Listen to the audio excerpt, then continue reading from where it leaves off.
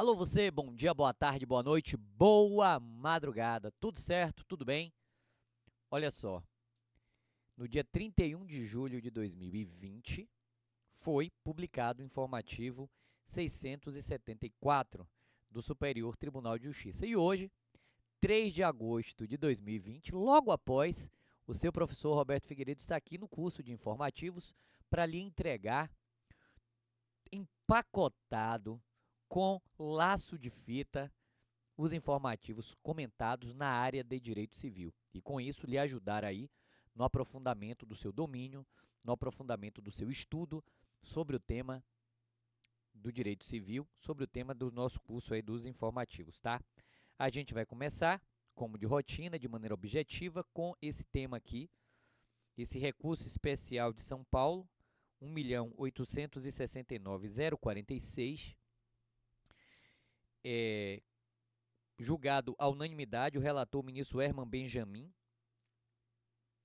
e o tema vai dizer o seguinte: responsabilidade civil objetiva do Estado, falecimento do advogado nas dependências do fórum, morte causada por disparos de arma de fogo efetuados por réu em ação criminal, omissão estatal em atividade de risco anormal. Artigo 927, parágrafo único do Código Civil. Aplicabilidade, nexo de causalidade configurado. Um tema de alta relevância para nós, profissionais do direito. Um tema que guarda um certo ineditismo no STJ e um tema para você ficar atento.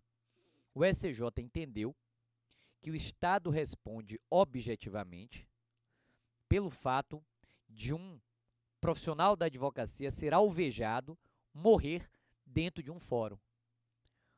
Aplica-se a teoria da responsabilidade civil aquiliana ou estatal, ou administrativa, chame como você quiser. Aplica-se a teoria do risco administrativo. Aplica-se o artigo 37, parágrafo 6º da Constituição Federal e mais do que isso. O SCJ também admitiu aqui aplicar o Código Civil, a teoria do risco do Código Civil brasileiro. Lembre-se que, em regra, a responsabilidade civil é subjetiva. Essa é a regra. Exige-se a priori, ao lado do dano injusto, do nexo de causalidade da conduta, exige-se a priori a culpa lato sensu, ou seja, o dolo ou a imprudência, a negligência e a imperícia. A regra é essa. Porém, o parágrafo único do artigo 927 avança para dizer que a atividade de risco é situação jurídica de responsabilidade civil objetiva. E aqui o STJ entendeu que a atividade do criminalista aqui seria uma atividade de risco, seria enquadrada como atividade de risco. Aplica-se igualmente ao Estado o artigo 927, parágrafo único do Código Civil, relativo à responsabilidade objetiva por atividade naturalmente perigosa, e relevante o fato de a conduta ser omissiva ou comissiva. Olha que interessante.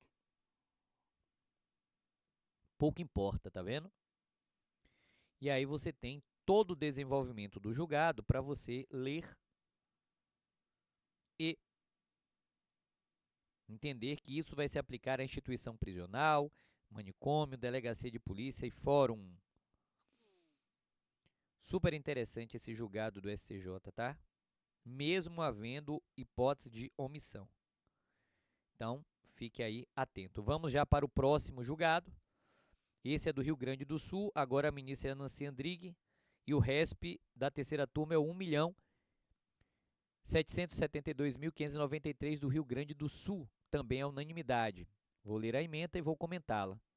Responsabilidade civil, veiculação de imagem de torcedor em campanha publicitária, filmagem realizada durante partida de futebol, imagem do torcedor não individualizada, ausência de ofensa aos direitos da personalidade. Agora aqui, esse segundo julgado que a gente comenta, você tem uma jurisprudência mais assentada, mais tranquila no STJ. Esse julgado, na verdade, ele ratifica um entendimento que já é pacificado no STJ. E a ideia é muito simples. Configura-se ofensa à imagem, retrato, que, portanto, é indenizável, se eu fotografo alguém de maneira individualizada. Porém, se eu fotografo de maneira generalizada, de maneira não individualizada, por exemplo, carnaval, eu fotografo o carnaval em si. Então, nesse caso, aquelas pessoas que acabam aparecendo na imagem panorâmica não podem alegar que a sua ofensa a sua imagem retrato, porque aquela fotografia foi não individualizada. Isso é diferente da situação em que o fotógrafo, ele dá um zoom e ele captura um beijo lascivo durante o carnaval de um casal, ou ele captura um folião isoladamente. Então, veja como é simples a jurisprudência do STJ sobre o tema da imagem. Se a fotografia é uma panorâmica, então isso é liberdade de imprensa, liberdade de informação, não há ofensa à imagem. Por outro lado, se a fotografia é individualizada, isso é ofensa à imagem retrato, que autoriza dano moral. Essa jurisprudência é mansa e pacífica e o STJ, mais uma vez, foi nessa linha. O uso da imagem do torcedor inserido no contexto de uma torcida não induz reparação de danos morais, quando não configurada a projeção, não configurada a identificação ou não configurada a individualização. Em regra, a autorização para uso da imagem deve ser expressa. No entanto, a depender das circunstâncias, especialmente quando se trata de imagem de multidão, de pessoa famosa ou de ocupante de cargos públicos, há julgados dessa corte em que se admite o consentimento presumível, o qual deve ser analisado com extrema cautela e interpretado de forma restrita e excepcional. E aí o STJ vai desenvolvendo aí essa ideia, tá? Então, quem comparece a um jogo esportivo não tem expectativa de que a sua imagem não seja explorada, não é? Então, você tem um desenvolvimento dessa ideia para você ler aí e ficar atento. Em síntese, mais uma vez, insista-se. Se a imagem é individualizada, há dano moral pela imagem. Se a imagem é dentro de um contexto, não há dano moral. Simples assim, se ligue na jurisprudência do STJ. E é assim para uma fotografia de uma praia, fotografia de um carnaval, fotografia de um show, de um espetáculo ou de uma partida de futebol. A ideia é a mesma. Então, esse é o segundo julgado comentado, tá? Avante para o terceiro julgado do informativo. Agora a gente vai para um caso de Sergipe, de origem em Sergipe. Recurso especial 1.576.651 de Sergipe.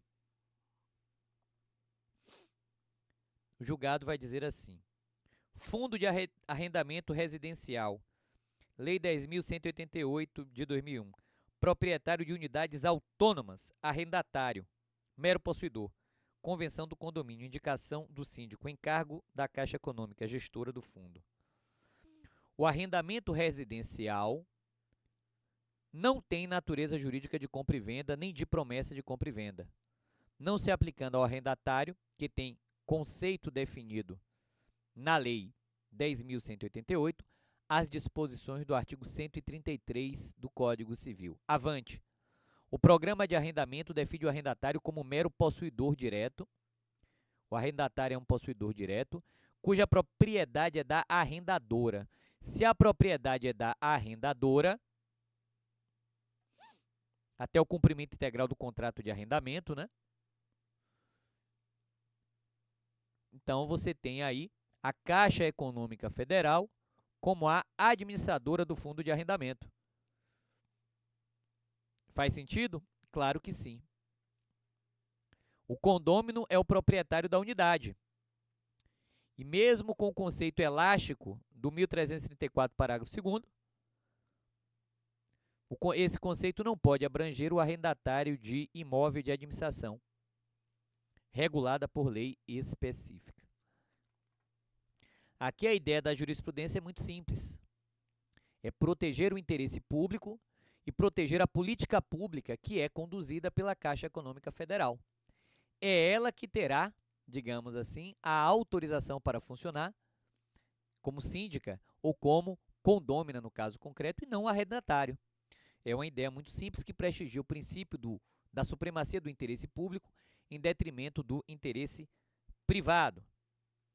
Então, a conclusão é que não se aplica ao arrendatário as disposições dessa lei. Simples assim. Ele, então, não pode ser o síndico.